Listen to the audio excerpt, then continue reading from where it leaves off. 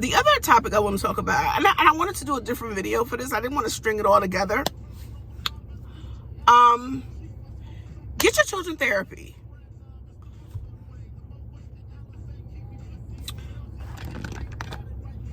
Get your children therapy. Especially if you have a chronic illness as a parent, get those children therapy. You may think they are, listen, I can't even begin to tell you, my son was so angry when I got sick. He was 14. He was 14, excuse me. He was 14. And he was so upset. And I really didn't understand why he was angry at first. But then I started to think about it. His whole life changed. His entire life changed. He went from having a mom who took them to the movies all the time, took them out to eat, took them on vacations. You know, we did a lot.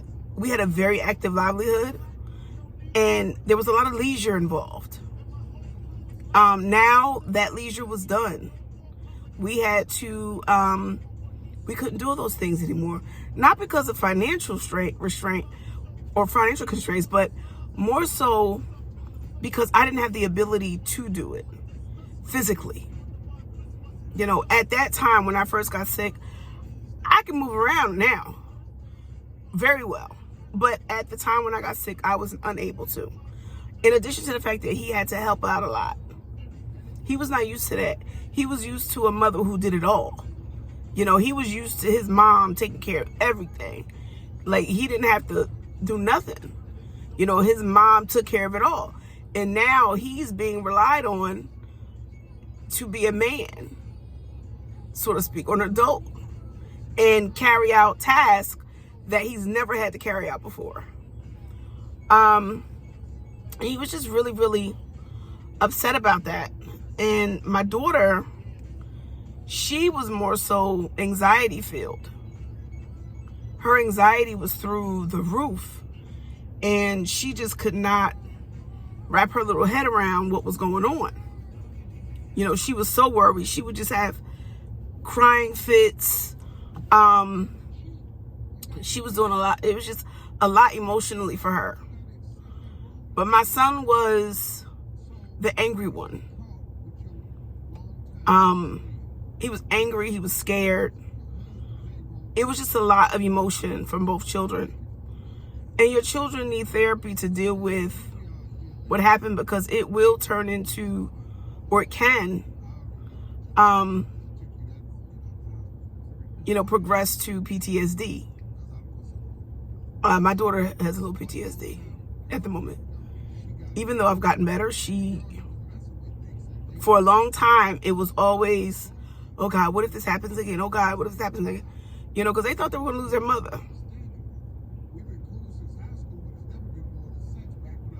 You know, and I don't, you know, and I feel bad. You know, but I did get my daughter therapy because she was the worst off. So I thought she was the worst of the two. Just recently, maybe like 3 months ago, we were having a conversation about it. Like, sometimes my daughter rehashes it. And my son, he just like, I don't want to talk about it. I don't want to talk about it. I'm looking for tissues. He was like, I don't want to talk about it. And, you know, he gets really sad. He shuts down. Now, mind you, my son is 22. He's 22 now. But he shuts down. And he basically, I had told him to come in my room because I wanted to talk to him about his feelings. And he sat on the bed and he just was like how it just made him so sad. And how you know, he was like, it still affects him to this day. And that's why he doesn't like to talk about when I got sick. Because it terrified him. And one of the things that happened, my son was 14. So when I went into the hospital, my daughter went with my mom's people. Now, granted, my son, he has family around the corner from my house, his father and his aunts. So, but we thought he was 14. He could stay home alone, you know. No big deal, because the kids really didn't want to leave the house. It was their home. They really didn't want to spend the night at nobody's house. So I thought, you know, but my son said, you know, he just felt alone. He was like, you know, I was really sad. I was really upset. He was like, and I just felt so alone because I was here by myself. You know, I apologized. I was like, we didn't think that you would feel that way. None of us did. You know, if we had any idea that he would feel that way, we would have, you know, his dad, he's more than welcome to go to any of his family's house. His dad would have came and got him. You know, but where we come from, you know, 14, you old enough to stay home by yourself, you know. But he, because people were right around the corner. And my son was just really adamant on not leaving the house. But, you know, if you did want to leave, if you were having feelings of loneliness, you could have always called your people and said, hey, I want to come over there. I don't want to stay home right now. You know, but my kids didn't want to leave the house. Neither one of them. They want to stay there together. And, you know, but then we find out, I find out that, you know, his feelings were, there were moments where he did not want to be there.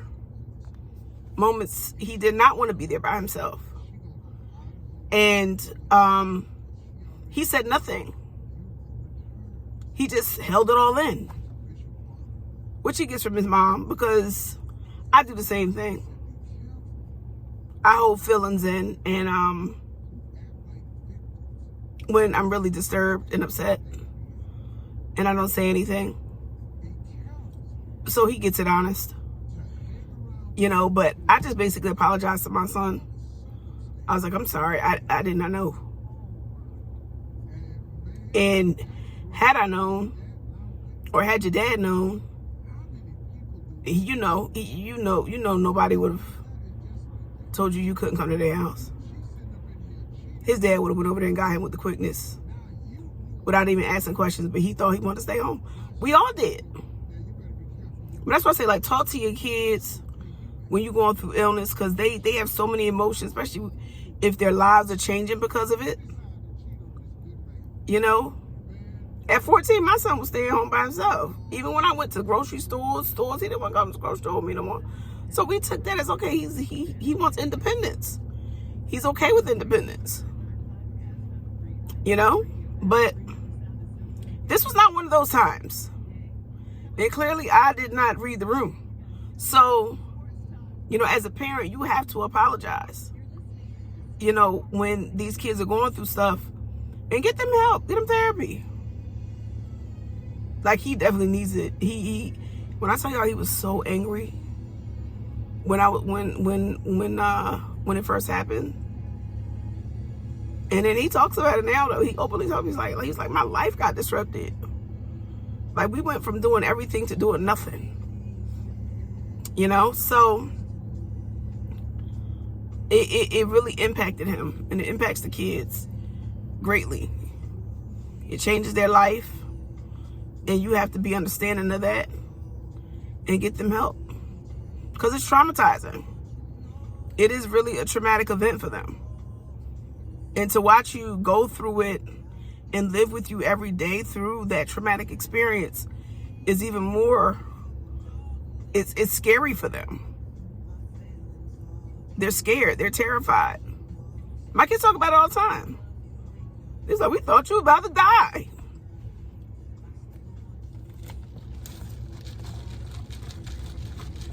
you know? And when you put it in that context and you think about how they must feel, feeling like that, that's a lot for kids. You know, but I talk to my kids a lot about their feelings. You know, my daughter laughs now. She spazzes out a little bit. She laughs. But she's like, oh my God. She's like, you just, woo. Because through chronic illness, you're going to have ups and downs too. You know, and sometimes what you might go through may trigger some old feelings from those traumatic experiences that they had to endure with you. So talk to your kids and get somebody that they can talk to. Because it will create anxiety. It'll create depression. It'll create all types of feelings. So, you know, just make sure you're talking to your kids and you're getting them a little bit of therapy. And if you're on Medicaid, make sure you get the therapy before they turn 18. Because one thing about Medicaid, the services decline.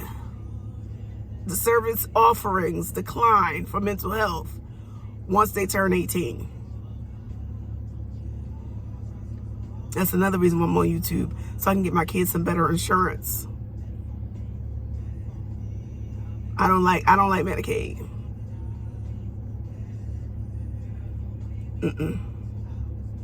I'm on Medicare, but the kids have Medicaid, which is like state-run insurance.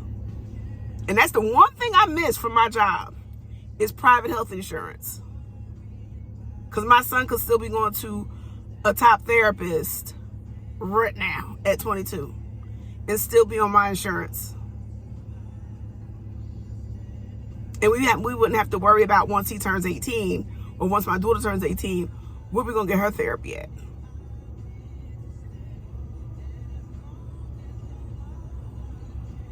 So